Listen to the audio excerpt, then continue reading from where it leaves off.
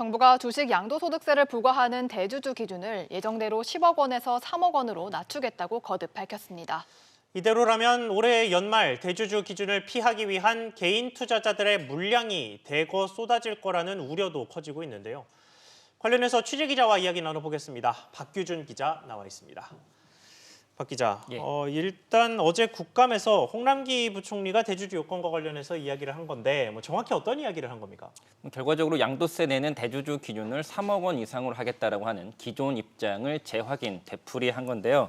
정확히 홍 부총리는 어제 국회 국정감사 자리에 출석해서 대주주 기준을 현 10억 원에서 3억 원으로 강화하는 방안은 이미 2년 반 전에 개정한 거기 때문에 그대로 갈 수밖에 없다고 대답했습니다.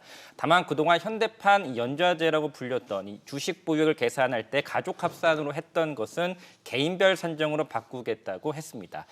정부안이 확정이 되면 3억 원 이상의 주식 보유자들은 이 주식 매매 차익의 22에서 33%를 내년 4월부터 해서 양도소득세로 납부를 해야 됩니다.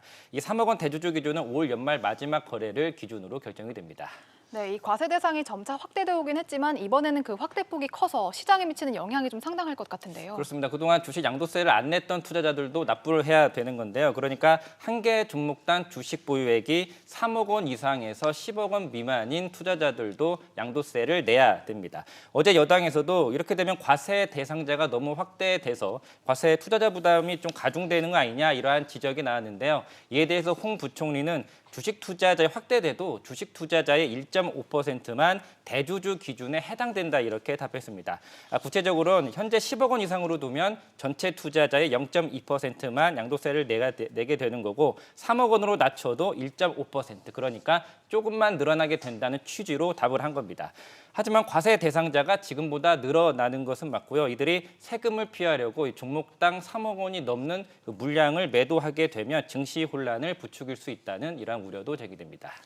네, 알겠습니다. 금융 소식 하나 더 짚어보겠습니다. 지금 원달러 환율이 계속해서 떨어지고 있어서 달러 관련 상품이 인기를 끌고 있다 이런 이야기 저희 어제 했었는데 걱정이 되는 부분도 있다고 하더라고요. 이게 환율 때문에 미국 주식에 투자하는 사람들에게 문제가 생길 수도 있다 이런 얘기가 나오던데 어떤 말입니까?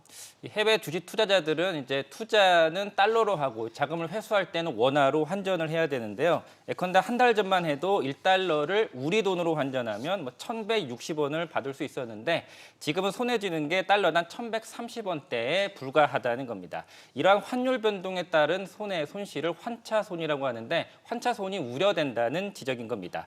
이러한 환차손에도 불구하고 미국 증시가 계속 오르고 있기 때문에 미 증시 상승에 기대해서 미국 주식 보유액은 점차 늘고 있는 상황인데요.